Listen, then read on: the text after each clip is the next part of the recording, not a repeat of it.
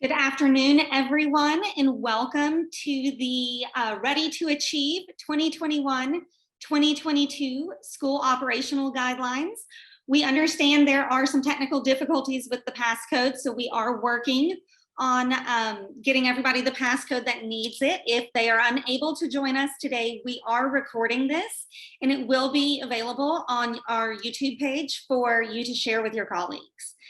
So real quickly, I wanted to turn the floor over to our state superintendent, Dr. Brumley, who is going to give us a few welcoming words and introduce us, and then we will get started.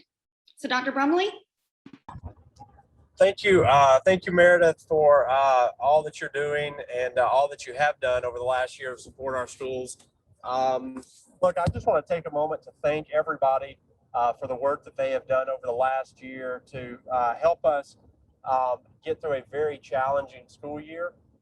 Whenever I look across the country, I've shared this numerous times, I just can't help but be thankful of the work that we all have collectively done in our state.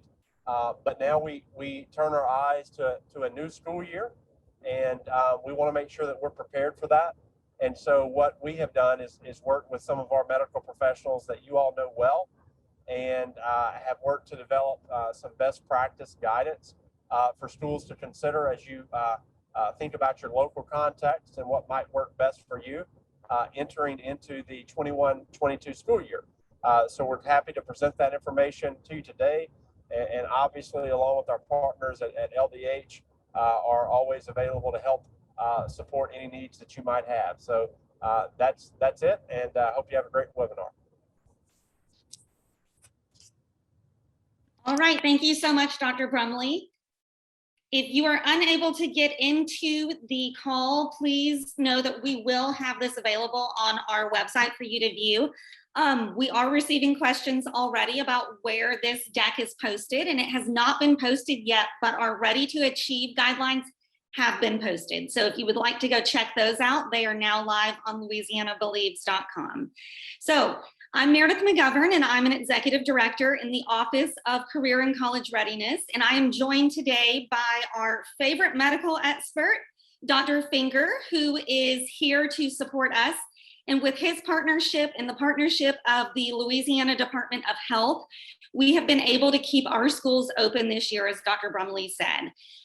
Many of the states have not been able to do that, so we are incredibly thankful for all the hard work that's gone into making sure our students had a safe return to in-person learning.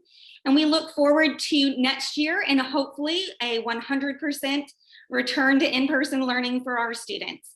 So Dr. Finger, if you would like to say a few words of welcome and give us some, your overview of the COVID situation right now, we would love to hear from you. Thank you, Meredith. Thank you, Dr. Brumley, and thank you to the entire Department of Education team and everyone on this call for doing what you've done over the last year and a half, and looking forward to this summer and the next academic school year. It really is an achievement to be proud of. I think we had an incredibly successful academic year, and I know that we're going to have another one, which, as we've talked about many times, I would put on par with leaders across the country, that we had an unbelievable response. Today, what Meredith is going to take you through is an overview of current anticipated operational guidelines for the 2021-22 school year. Again, keep in mind, this is a blueprint based on information that we have available, and we're using it as a template that can be a working document that might change in upcoming months and in the year. We know that the CDC is working on new guidelines for schools that we suspect they will come out with at some point later this summer, but we felt it was important to give you a high-level overview of what we think those guidelines might look like. Some of the takeaway points are what we're giving you are guidelines that are best practice and not necessarily a mandate. And that's an important distinction from what we went over last summer and maintained through the year. There's going to be one area that is still a must, which includes masking on public school transportation, which Meredith will highlight. but everything else is going to be a best practice and recommendation. And I think it's important for everyone to know, and we'll get into some of the granularity of that, but there's going to be some ability for local school leadership to make decisions on how some of these operational guidelines are implemented on their local level.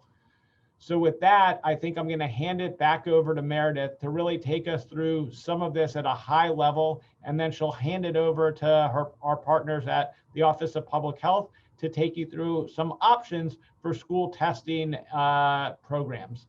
Thanks, Meredith.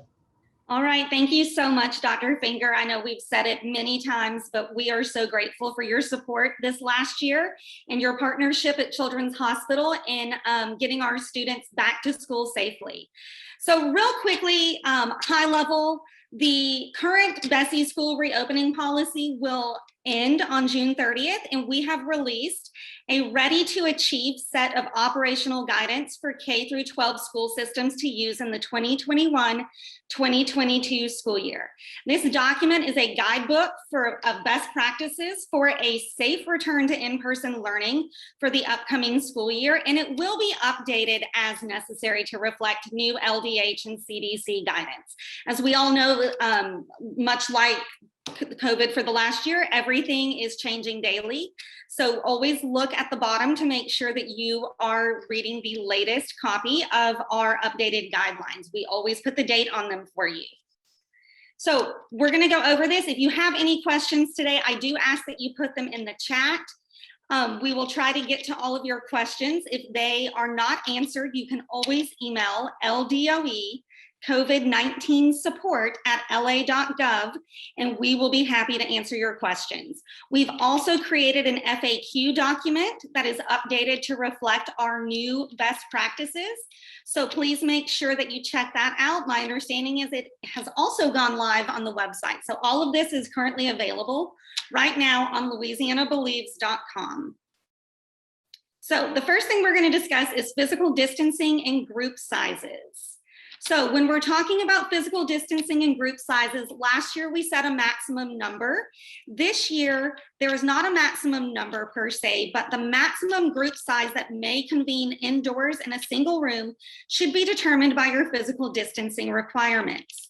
Younger students who are unable to wear face coverings or might have difficulty maintaining a physical distance from other students or adults should be assigned static groups. This should include at a minimum students in grade 2 or lower, and you should try to maintain that static group composition for as long as possible. You can change your student groups composition if students are able to maintain the physical distance of at least 3 feet from other students and 6 feet from adults in a classroom or indoor setting to the greatest extent possible. So there's no hard number for this. You will figure out the maximum group size based on your physical distancing requirements. Physical standards for use of facilities. This has changed this year. If groups convene outdoors, a physical barrier is not required, but each group should remain separated. And then to the greatest extent possible, we still are asking our schools to try to limit crowding at entry and exit points and maintain your physical distancing recommendations to the greatest extent possible.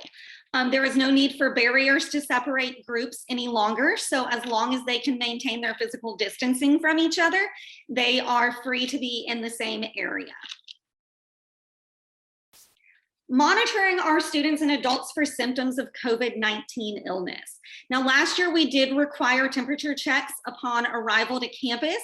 Some good news to show you how far we've come. We are not requiring that anymore this year or this next school year. What we are asking school systems to do, though, is to encourage their families and employees to self-monitor for symptoms of COVID-19 prior to their arrival on campus.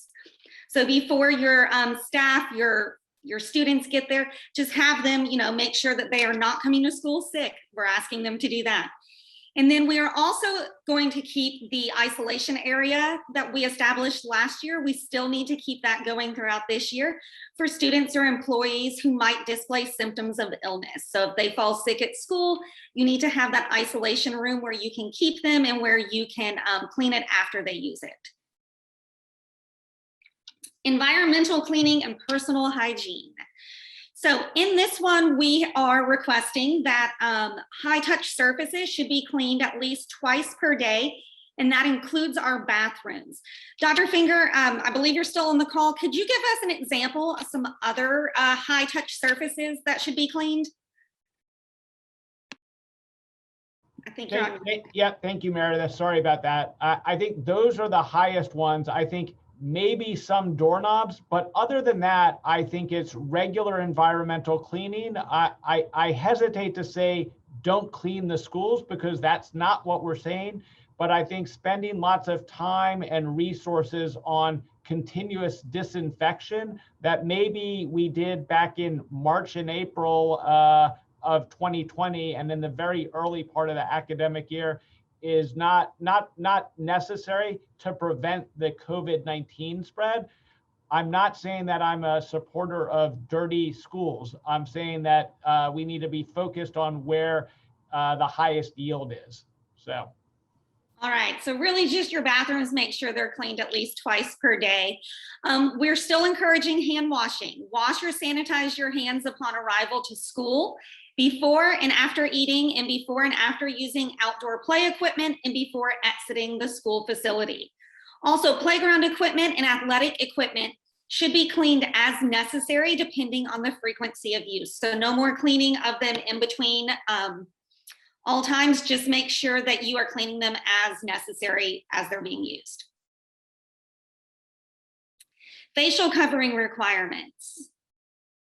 While inside the school facility, our recommendation from our medical experts is that all unvaccinated adults and students in grades 3 through 12 should try to wear a face covering to the greatest extent possible and practical within the local community context. While inside the school facility, students in grades pre-K through 2 may wear a face covering if they would like to. And while inside the school facility, children under 2 years old and individuals with breathing difficulties should not wear their face covering. So this is different from last year in the fact that it is not a requirement. Every school board is allowed to set their own policy for this. But at this time, Dr. Finger, if you'd like to hop on and talk to us about real quickly the importance of facial coverings and why we're still encouraging that for our unvaccinated people on campus, I think we'd love to hear from you. Yeah, I think this just, thanks Meredith, this matches well with the current best practices as recommended by the CDC as well as the Office of Public Health.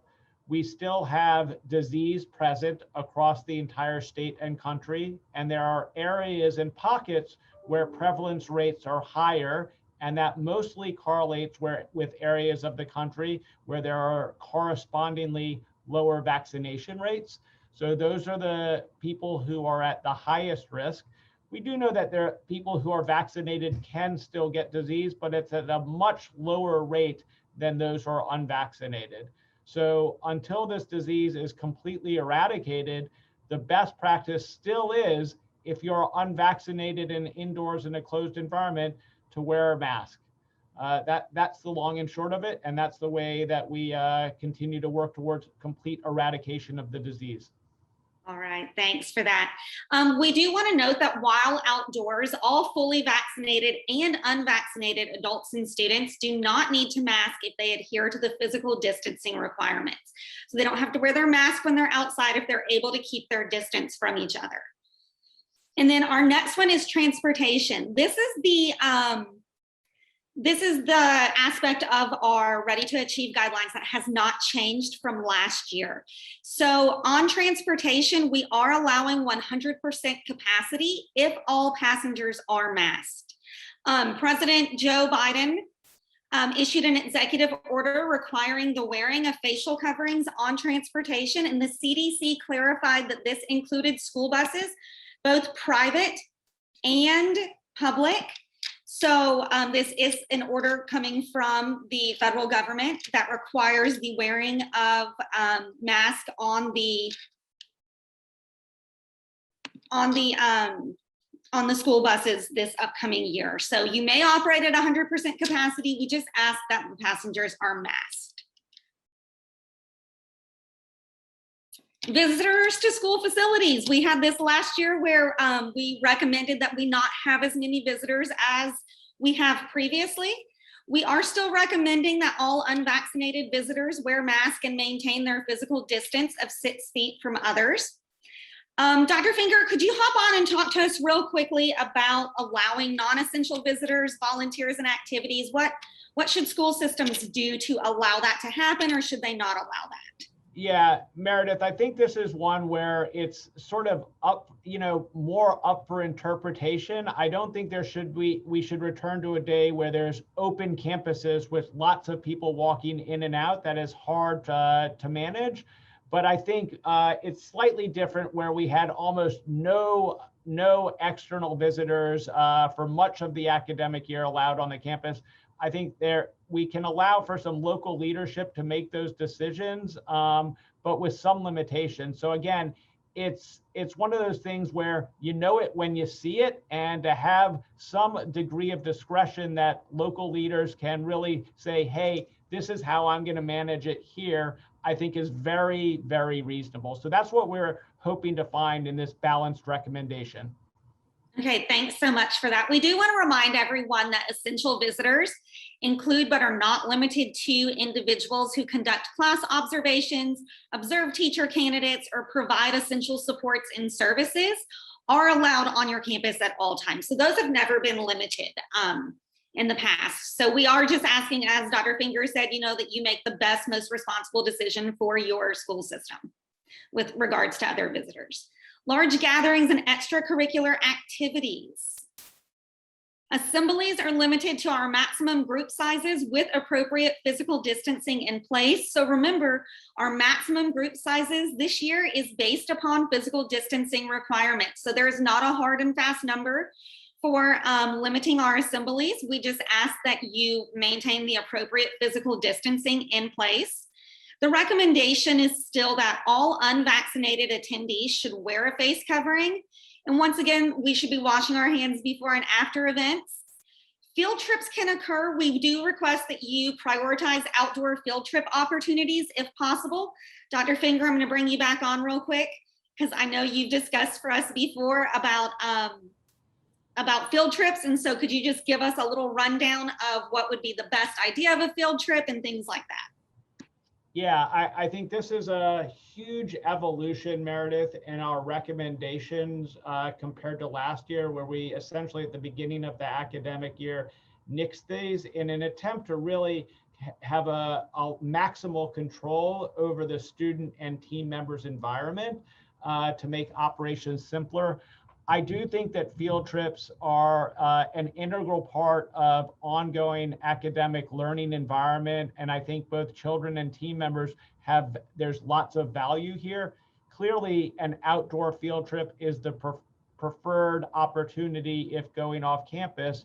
But again, as long as operationally the school systems can make sure we follow all the recommendations, I think it is fine this year to have field trips under school purview to take place. I think it's reasonable where we are. We just need to make sure all of the operational guidelines that we're going to take on campus, we move those with the kids and the team members. And I think that's a very reasonable sequential approach to where we are now compared to where we were 12 months ago. So I hope that also gives school leaders a little bit of latitude in making those decisions, Meredith. Yes, absolutely. We did get a question, Dr. Finger. What about out-of-state field trips? The same stuff? Yeah, for me, it's the same. Yeah, absolutely the same. Okay. And then we do have another question that came in about cafeteria scenarios while students are eating. What are some best practices that school systems should be taking? Should they maintain the physical distancing?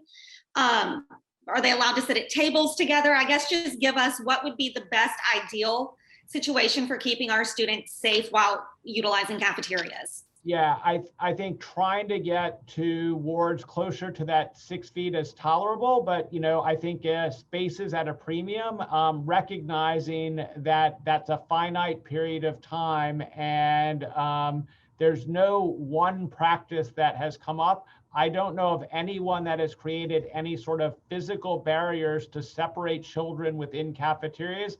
I think that bang would not be worth the buck that would take, and it just seems operationally impossible.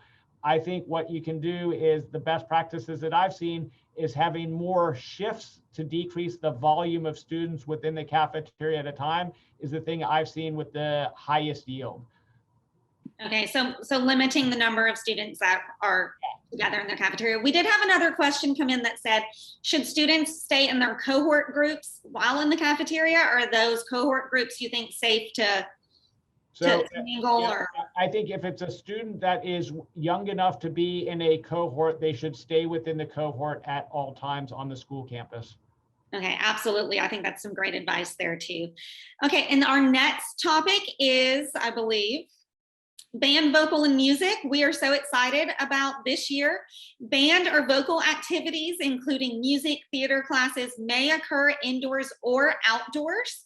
Obviously, outdoors is our preference because outdoors is safer for these type of activities, but they can be held indoors. And the National Federation of State High School Associations and the National Association for Music Education Guidance lists some physical distancing, masking, and some recommendations for covering your instruments just to keep our students safe.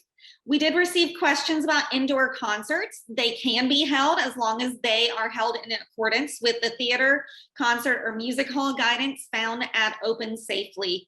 So if you check with your fire marshal or opensafely.la.gov, you will find the requirements for indoor concerts. So band and vocal are ready to go, and we're excited about that for this upcoming school year. Outdoor activities. We want to make sure our students have access to outdoor activities. And so fully vaccinated and unvaccinated individuals do not need to mask outdoors if they adhere to physical distancing requirements. And we do ask that that physical distance requirement of 6 feet is maintained while outdoors. Also, no more than 4 cohorts should be mixing outdoors. We think that this is probably the safest number at this time. Dr. Finger, do you see that changing at some point for us, the number of students allowed to congregate outside? Yeah, no, thanks, Meredith. I think this is where we are now, and trying to find the perfect balance is maybe a little bit of art mixed with a lot of science. I see in the future that there's a high chance that there's more de-escalation or relaxing of some of these coming up over the upcoming weeks and months, dependent upon the fact that we don't see another surge. And I think we all know what those surges look like. You can think back to the months where we had them. And what I mean by that is a high local and statewide case volume that sort of resets where we are back to ground zero. So I think 4 cohorts sounded like the right number as we talked about it. It seemed a manageable number. And the way I think about sort of these guidelines in general is there's 3 things: masking, outdoors, and distancing. Mostly if you can do 2 of those 3, you're probably going to be directionally correct as you try and sort of conceptualize to say, hey, what can we do in this scenario? And I think for the most part, you'll nail it on the head if you can do 2 out of those 3. Okay, great. I think we're so excited we've come so far this year, Dr. Finger, and as he is reminding us, these guidelines do change. So we will have any updates to them during the Office of Career and College Readiness office hours throughout the year, and we will also keep them updated on our website. So please, as you hear about new updates, make sure you check those 2 resources, and we will be happy to share any updates with you. Hygiene protocols. We actually just got a question come in, so I'm about to answer that question about water fountains. Students, teachers, and cafeteria staff should wash their hands before and after every meal. We do request that passengers engage in hand hygiene upon entering their school bus. So keep that hand sanitizer there for your students to use. And students should wash their hands or use hand sanitizers after going from classroom to classroom. Teachers should probably do the same thing. So we are still recommending the use of hand sanitizer and washing our hands to help keep us in school and keep us safe. And as far as water fountains, I believe we are still requesting that shared water fountains are closed during this time, and encourage your students and staff to bring bottled water from home. Dr. Finger, I'm going to call on you again. Would you like to share with us about the water fountain situation with your water bottle there? Exactly. I think it's probably best practice. And for those of you who have children under the age of 12, you've seen that just over the last several weeks, we're having the spread of lots of other viral diseases, coughs and colds. So I think this is one of those things where, as we see those viruses peak, a very reasonable approach to try and decrease any potential increased spread of those. All right, great. So for this time, we are still asking that water fountains are closed. Somebody in the chat did recommend that no-touch bottle fillers work great. So I'm sure that's something we might see some more of in the future on our school campuses. And then I think our next slide is for, I am gonna stop right here and take any questions about our new guidance that has been issued, because we are gonna turn this over to our partners at the Department of Health to talk about their optional COVID-19 testing program for next year. So if you have any questions, please drop them in the chat right now, and Dr. Finger and I will be happy to answer them. Meredith, maybe before we transition to the COVID-19 testing program with our partners at the Office of Public Health, I might do a service as a pediatrician to highlight the vaccination efforts that are underway, if that's okay. Yeah, absolutely. And that'll give me time to get some questions from the chat for you. So great. So as everyone on this call knows, vaccination is our way to end the pandemic. Thus far in this, we have the vaccine available for children 12 years of age and older. And that vaccine specifically is given in 2 doses, 3 weeks apart. It's manufactured by Pfizer. We've made some headway in getting students 12 and up vaccinated, but as you might imagine, it was approved near the end of the academic year. So they've sort of dispersed and are home and doing lots of different things without any urgency perceived by them to get it. I do think they're trickling in. There certainly won't be a mandate in order for them to return to school for the next academic year. But I do think that that's another pathway for success in eradication of this.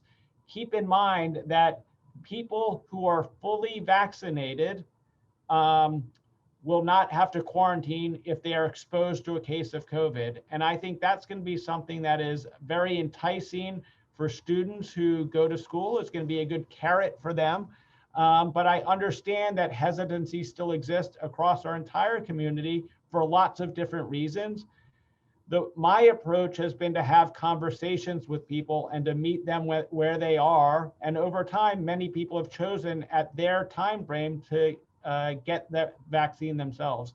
I don't think we need to bully anyone into getting the vaccine, but use continuous education and encouragement in order to have more members of our team in their entire education community, as well as our students and their families, get vaccinated.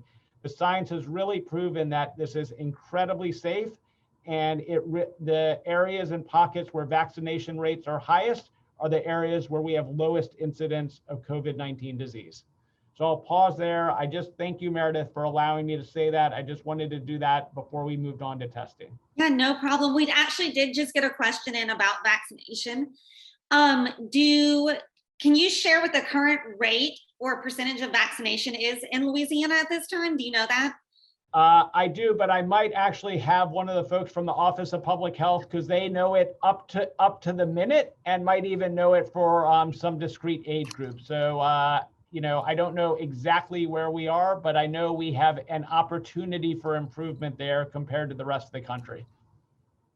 Yeah, absolutely. I believe Teresa Sokol's on from the Department of Health. Would you like to chime in here and let us know about the vaccination rate if possible?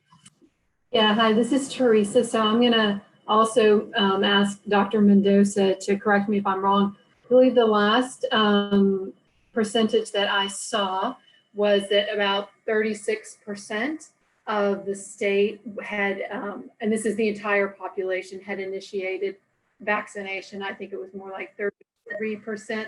Sorry, he's correcting me. It's 37% have initiated, 34% are fully vaccinated.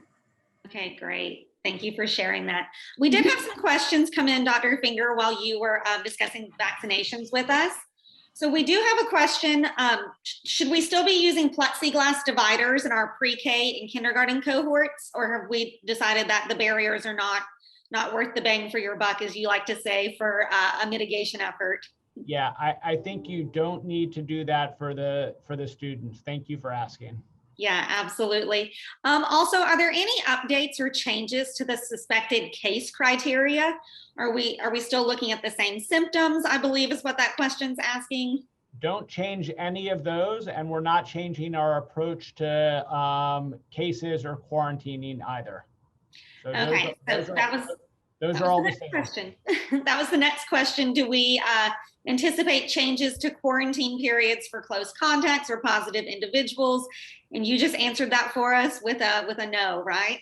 I'm answering on June the 24th. The answer is no. I think you guys will remember the opportunities to decrease the duration of quarantine with certain stipulations. So we knew that was coming for several weeks and months before it came.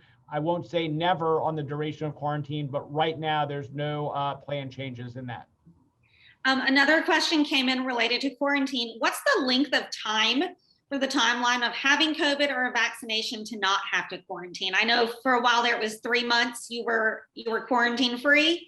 Yeah, so right now the time is if you're unvaccinated but have had COVID, that duration is still 90 days. You don't have to quarantine. If you're vaccinated, there's no time limit on that. If you're vaccinated and exposed, you don't have to quarantine. All right, great. The other question I have is the quarantine protocol the same? It's within 6 feet for 15 minutes is our definition of a close contact still? Within 6 feet for 15 minutes over a 24-hour period. Okay, so it's not a consecutive one. And we do have a request. Where will this be posted? The recording will be on YouTube, and there is a pandemic relief button on our website where we will have the deck available for you. We do have a question about, should teachers still switch or can students switch classes? How are we feeling about allowing students to go from classroom to classroom, Dr. Finger? Or should we still just have the adult do the switching? I think it depends on the age and the setup of the school. I think it's not unreasonable to have kids switch classes, maintaining all the operational things that you've done over the past academic year to maintain best practices. So I think that's not a hard stop, Meredith, for sure. Okay, thanks. So we have some really good questions in here. We did get a question asking if this is going to be adopted by Bessie. This is just a set of best practices and guidelines as determined by the Department of Health and the CDC. So these are the best practices for our school systems to carry out next school year in order to keep our students safe. So it is not going to be adopted by Bessie, but we do, I think Dr. Finger has encouraged our school leaders to make the best, most responsible decisions based on their setting and use these guidelines as they see fit to keep their students and their staff safe, just like we did this last year. So I don't see any more questions about our school guidelines for next year. So I am going to turn this over to our partners at the Department of Health who have been fantastic partners this last year. They have worked so hard with us and Dr. Finger to make sure our students are able to attend school in person and safely. And they are excited for their new program that they are going to be rolling out to help our schools next year. It is an optional COVID-19 testing program. And so I'm going to let Danae Butler and Teresa Sokol take over for the moment and give you some information on that. We will be looking to host a separate webinar on the COVID-19 testing program where we can get really in depth on it. So if you have any questions, put them in the chat. We'll gather them. We'll do our best to answer them during this webinar, but if not, we'll pick it up at another time. So Danae and Teresa, it is all yours. Thank you so much, Meredith. Hi, everyone. Happy summer. My name is Danae, and I'm with the Office of Public Health. I'm their statewide COVID-19 testing program manager. Teresa Sokol is on the line to help answer any questions that might come up, and y'all have asked very good questions, and she'll have very good answers. I just want to thank everyone, and specifically Meredith McGovern and Dr. Finger for working with us to get to where we're at now. Thank y'all for keeping your school community safe. We hope to today sort of talk about an additional COVID mitigation tool for your toolbox. We know that y'all have been keeping your schools open and safe this whole time. And what we hope to do is, as you're implementing new strategies, a lot of guidelines have changed. There is vaccination now for many members of our community, but not all. And so what we're doing today is presenting to you some options that are fully funded and streamlined for y'all to choose, for school districts to choose and opt in to provide COVID testing on a routine basis for the 2021-2022 school year. So yeah, my goal today is to explain our program and get y'all to a point where you can ask questions, and then also potentially choose one of the options that I'm going to present. So we are providing funding through the CDC. They awarded us with $141 million, and through that funding, we're able to put money into school districts in order to support COVID testing, robust COVID testing. So I'm going to go into some of the details around funding throughout the slides, but we provide funding for school districts and schools individually. That this program is available to private schools, public schools, and charter schools. We also provide PPE, all of the testing kit materials that are needed in order for a school district to run the Option 1 program, more to come. A really easy to use parental registration tool. So parental registration and consent will come through an easy link that is HIPAA and FERPA certified. We're using a wonderful web-based platform, and we're also planning to provide incentives. So that can come in the form of virtual payments or physical payments for participants. I'll talk more about that in a minute. And then we are going to provide support. We know that y'all have done a lot on your own, and what we are additionally saying is the Office of Public Health and Louisiana Department of Health is here to work with LDOE and school districts and individual schools to make sure that if y'all choose to operate a routine testing program in your schools, that we're there with you. So we are going to have an easy to use software. We'll have support through our regional COVID coordinators. We're going to have a communication strategy that will help explain this program simply and easily to parents, and all the materials and trainings needed. Next slide. So what are we offering?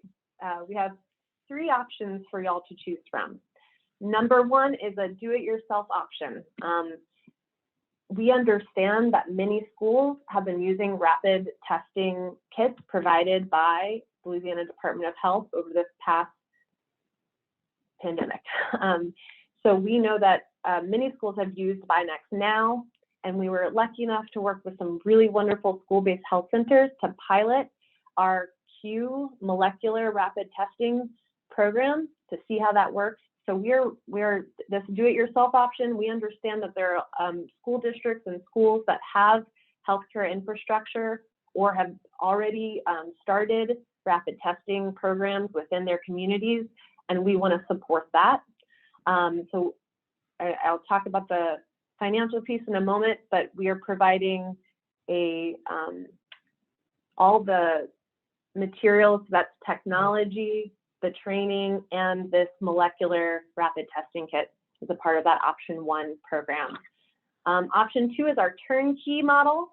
That really means that we understand that a lot of districts might want to work with vendors. LDH has chosen a number of 3 vendors across the state of Louisiana in order to serve the schools. So they would partner with school districts and work with individual schools to set up routine weekly testing services in schools. And that is an end-to-end service. They basically do it all. And then we have option 3, which is essentially Louisiana Department of Health is always going to be there for you. If you all decide that routine testing is not for you, we will be there in the case that there is a suspected outbreak. So if you need us, we have strike teams. We're working with vendors who can come and show up when needed. And now I'll get into some of the details, the granular details of what is Danae talking about? Okay, the do-it-yourself program. We've really committed to the notion that we need to work with an individual on a school level basis. So we would work with a school COVID testing coordinator. This is, essentially our point of contact, but the school can set up their own testing strategy however they decide. There could be a team of people at that school, but we just want one contact. And essentially we're providing $30,000 as a staffing reimbursement, a reimbursement stipend for all labor costs associated with that program. And what we're providing is, we really believe in this molecular testing. The real bonus is the molecular testing kits that we would provide through this option allow you to test symptomatic staff, students, anyone on the campus, and if they are, if the symptoms are not extreme and they test negative, they are able to stay at school. So that is a big win and a big change from past testing programs.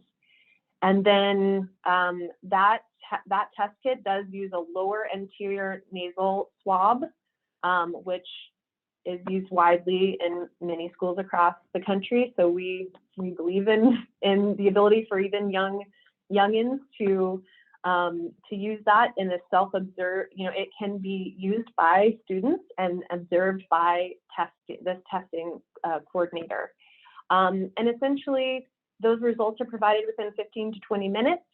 The guardians will receive that result through their text or through email. And of course, the school COVID testing coordinator will know in that moment if that child is or staff person is positive or negative. And we have goals. Of course, we have goals. Our goal is to hit a 20% participation of an individual school community. Now that can really mean different things for different schools. Again, we are not here to tell you what your testing strategy should be. We certainly have suggestions, but we understand that a lot of school districts and schools might want to focus on their extracurricular activities, their athletic teams, and might want to devise a program around those groups of people. We would certainly think that was great. And we are, again, we have technical support to help districts and schools decide on their own strategy, but ultimately up to you. And so now option 2, this is our turnkey. This is our LDH is partnering with you to provide testing service. Our luxury model, as we were calling it internally for a moment, it is an easier model for those who maybe don't have healthcare staff or do not feel like they're up to running a COVID testing program this upcoming school year in that hands-on way. So in this case, schools would be paired with testing teams.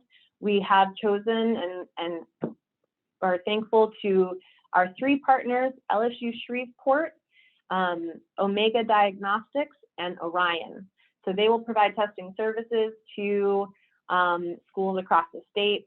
As you all sign up for these different options, I will connect y'all with the appropriate testing provider. So the way that this is going to work is that these testing teams will work with a school COVID coordinator. Again, we're hoping for one point of contact at each school, and that person, that or people, but we would have one contact that would work with that vendor. And for that work, we are providing $14.5 thousand for the school year as a reimbursement for associated staff costs. And so we understand that there is some organization needed, that there is some logistical support needed to make that testing happen. I was asking really good questions on an earlier phone call about like, well, how much time does this take? You know, 20% of a school can be a very large number.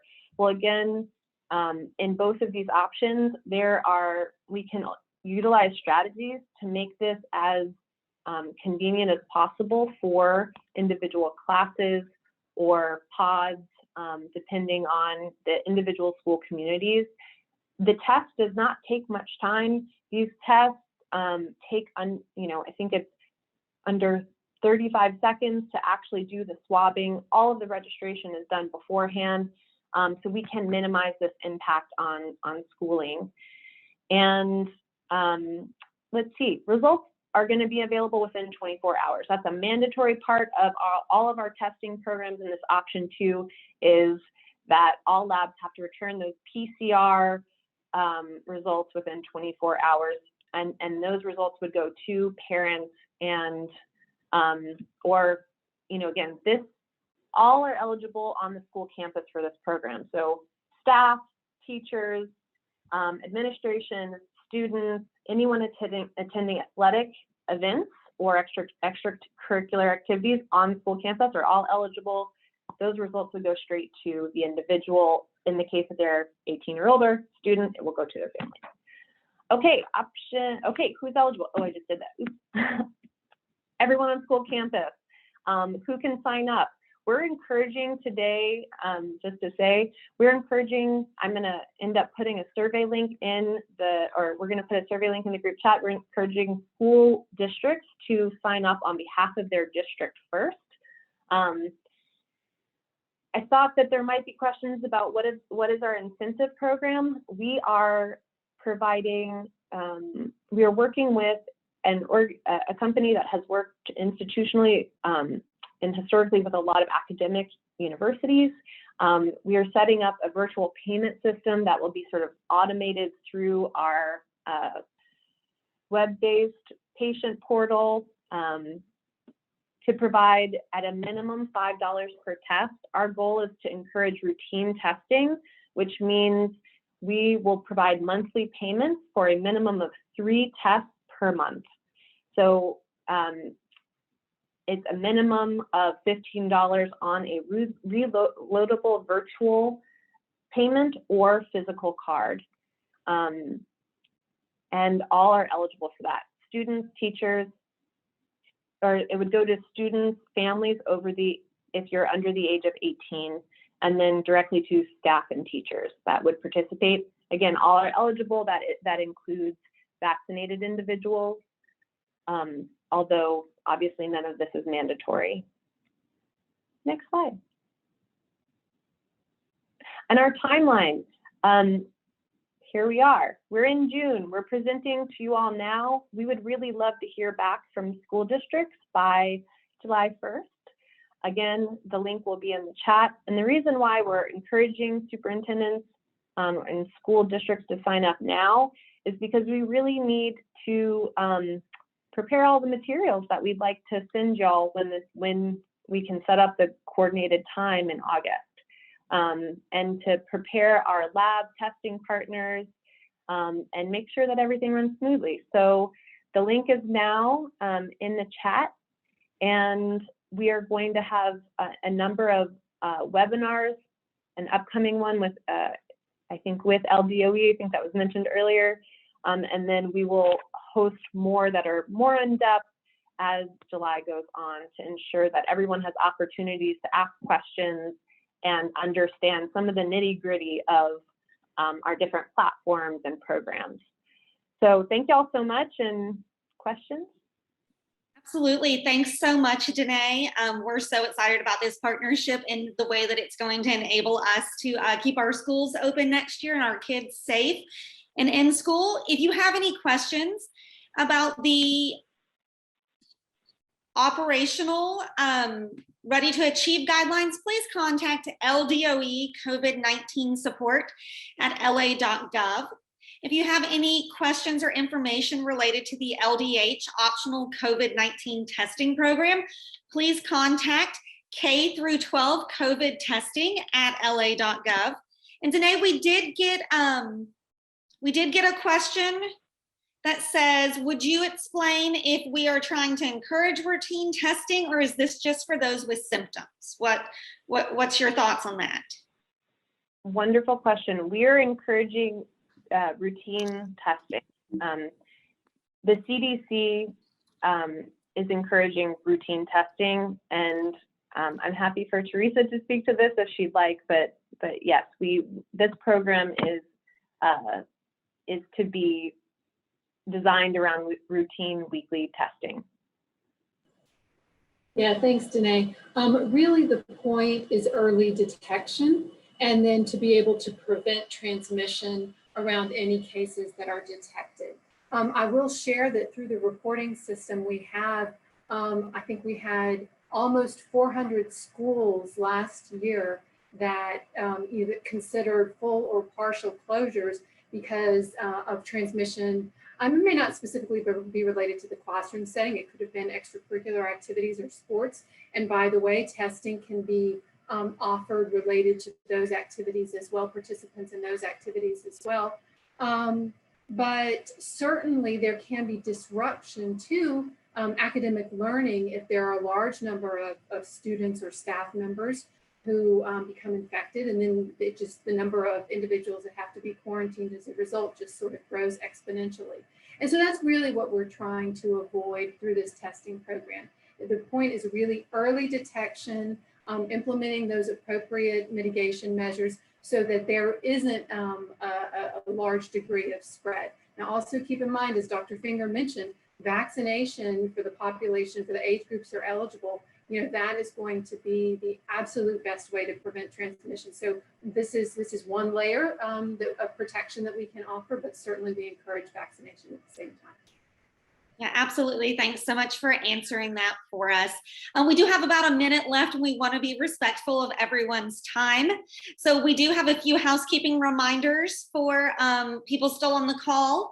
Next week, there will be no college or career office hours on July 1st or July 8th. We will return on July 15th, and there will be a new meeting invitation with a new link and passcode in it. We will make sure that is in the newsletter. And as always, you can email LDOE COVID-19 support at la.gov, and we will be happy to share that information with you. As another reminder, this is the time period, and this is Thursdays, 3 o'clock is where you are going to get all of your updates related to our Ready to Achieve operational guidelines. So those are live on louisianabelieves.com right now for you to look at. Email all questions to our COVID email. We have an FAQ we will be updating just like last year, and we will get this webinar and deck posted ASAP. So thank you all so much for joining us, and thank you so much for your work this last year as Louisiana really helped lead the way for having our students safe and in-person learning at their schools. So thank you so much and have a great day.